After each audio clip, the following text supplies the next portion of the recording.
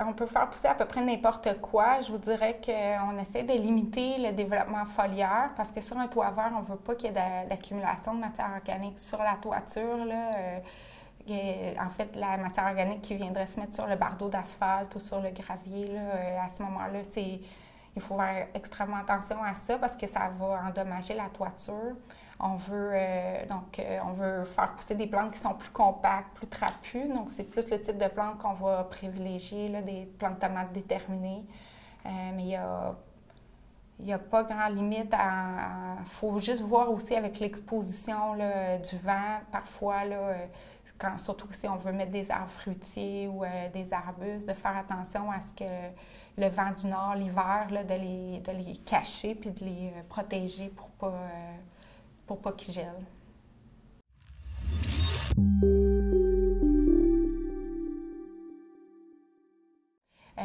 Oui, ça peut l'être rentable. En fait, l'augmentation de coût est vraiment liée à l'installation sur la toiture pour protéger le toit.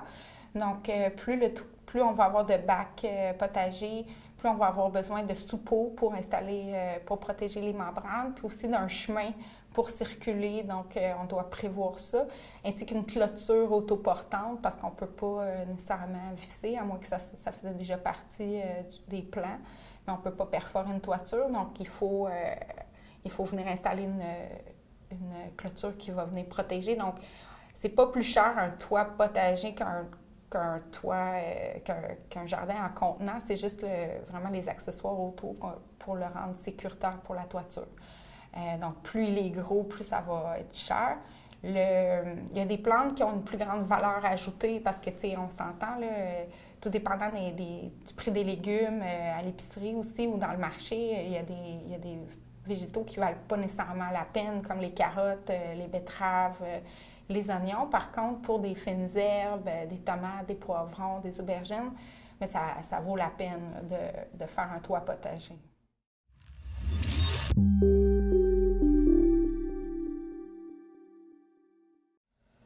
La plupart des toitures sont adéquates là, pour l'installation d'un potager en contenant. En fait, il faut que la toiture soit, oui, plate, mais il y ait quand même une certaine force là, pour soutenir le poids du potager en tant que tel. Quand c'est des vieux bâtiments, des vieux immeubles, à ce moment-là, on peut installer le potager en périphérie là, sur la toiture où il y a les poutres de soutien, où là, le jardin va être mieux soutenu.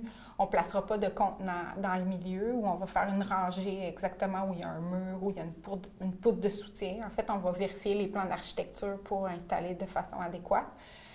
Il faut que le drainage sur la toiture soit performant. Puis, on ne doit pas non plus observer de cuvettes, là, des fois sur certaines toitures qui sont plus vieilles. Là, à ce moment-là, des fois, on observe qu'il y a un affaissement de la toiture. Il ne faut pas que l'eau s'accumule sur la toiture.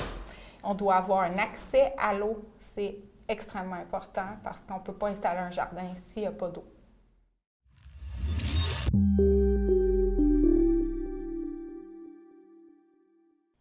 Bon, donc la gestion de l'eau pour un toit potager en contenant, en fait, on doit absolument avoir une sortie d'eau avec laquelle on va installer un minuteur, en fait, qui va nous permettre d'avoir une irrigation vraiment constante, puis d'avoir exactement le bon volume d'eau en fonction du développement de nos plantes puis de l'ensoleillement.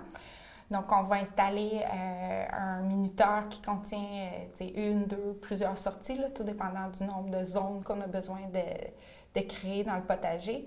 Puis, on doit avoir aussi un embout là, pour un boyau d'arrosage manuel là, pour pouvoir arroser manuellement au besoin s'il y a des plantes qui ont besoin de plus d'eau. Puis, la gestion de l'eau, en fait, est vraiment facilitée si les contenants drainent adéquatement. Là, avec les contenants en fibre, là, comme avec SmartPot, c'est pas un problème. Là, le pot il est poreux, donc l'excédent d'eau va toujours s'écouler le long du pot. La terre ne va pas sortir, donc c'est propre.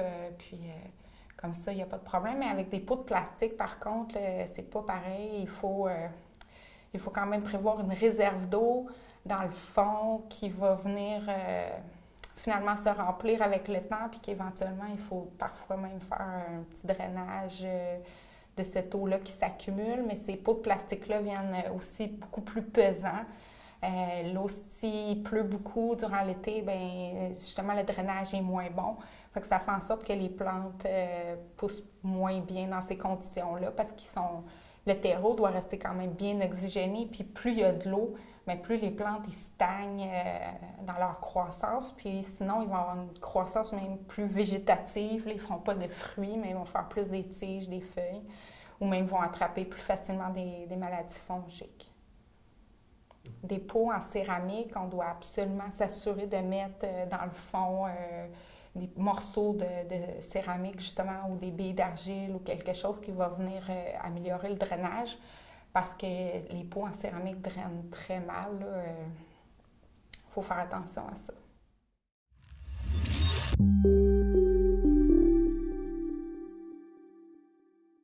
Les avantages d'un toit potager, en fait, c'est d'avoir accès, en fait, à un endroit, un îlot de verdure, parfois dans un endroit où, justement, c'est pas adéquat, là, parce qu'on s'entend qu'on arrive avec des municipalités où la densité urbaine est très importante.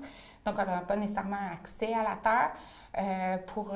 Au niveau résidentiel, bien, c'est sûr d'avoir une proximité des aliments, d'avoir des aliments cultiver nous-mêmes dans des conditions là, justement naturelles où on sait que c'est sain à la consommation, que c'est un approvisionnement qui est local, permet d'apprendre aussi, d'observer la nature, un oasis de détente, mais aussi un peu épicurien. Là, on a beaucoup de gens qui s'installent des jardins qu'on dit à grignoter, là, ils vont prendre le temps en fin de journée là, de faire le tour du jardin, de se relaxer. En fin de journée, on a la journée dans le corps, puis de se ressourcer, d'observer, mais aussi de manger des petites feuilles ou de grignoter des petites tomates cerises.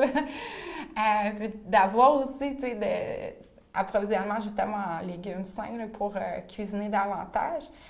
Pour des entreprises, c'est surtout pour avoir une identité d'entreprise, d'avoir une mission aussi, de partager les valeurs de développement durable, une carte de visite là, qui est intéressante aussi à exposer pour des futurs clients, tout ça, un milieu de vie pour les employés, pour aller se ressourcer, puis passer du temps justement à l'heure du lunch, pour dîner dans un endroit avec des tables à pique-nique, mais on en voit de ça sur des toitures où le toit potager va être administré justement par un petit comité au sein de l'entreprise, redistribution des légumes auprès des gens qui sont intéressés. Donc, l'amélioration des saines habitudes de vie, de santé mentale aussi pour justement d'être dans un oasis de nature, ça fait toujours du bien, mais aussi de biodiversité en ville, de réduction des îlots de chaleur pour réduire, oui, le réchauffement climatique, ça en est quand même important, mais aussi pour les frais en climatisation, là, pour les systèmes de climatisation.